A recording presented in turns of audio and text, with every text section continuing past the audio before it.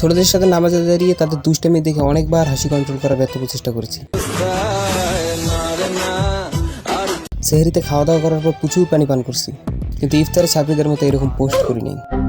ইফতার order ডান, ইফতারে হাত দেওয়া ডান, ইফতার মুখে নেওয়া ডান, ডিম মুখে নেওয়া ডান, ইফতার খাওয়া ডান, বিল দেওয়া ডান। আচ্ছা, হবে নাকি ছাত্রীদের জন্য 2 লাইন কমেন্ট বক্সে? হে ব্রাদার, আসসালামু আলাইকুম and welcome back to our channel it's TSP. সবাই করো। আরে এইভাবে বেগুনি আর আলু চপগুলো ঝাঁকাঝাঁকি কইরেন না, সবার জিভে পানি চলে আসতেছে, পরে আবার রোজা হালকা হয়ে যাবে। রোজার মধ্যে ছেলেরা যেরকম ইফতার শেষেই পাগল হয়ে যায় বাইরে গিয়ে কখন ফু দিবে। কি দিবে? ফু দিবে মানে কি? ছেলেরা আবার কেমনে ফু দেয়?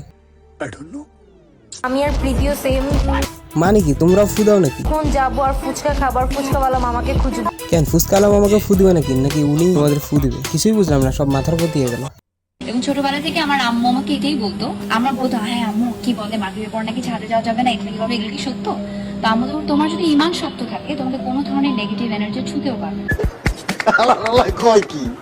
হ্যাঁ, আমরা বুঝতে পারছি আপনার ইমান খুব মজবুত। এটা কিন্তু আমি বলিনি, মানে মুখ দিয়ে এমনি এমনি বের হয়ে গেছে। ইন্টারনেট বন্ধ করিনি, বন্ধ হয়ে গেছে। শান্তি, তুমি কোথায় আসছো এখন? কাচ্চিলাইনে এখন কত % অফার চলতেছে? 30% ডিসকাউন্ট চলছে 7, 8 আর 9 তারিখ। আচ্ছা, তুমি যে আসছো, তুমি ইফতারের দোয়া জানো? মাশাআল্লাহ, আপনারও ইমান অনেক মজবুত। বিষয়টা হলো সবই জানি, কিন্তু যেটা জানা দরকার ওইটাই জানি না। এত কিছুর পরেও ঈদ আমি একটা কাজ করতে পারিনি। আরে প্রেমিকের কথা বলিনি, ওটা তো নাই আর হবেও না মনে হয়। বিষয়টা হলো নিব্বানিব্বিতে জেলা ঈদে ঠিক মতো ঘুরতেই পারিনি।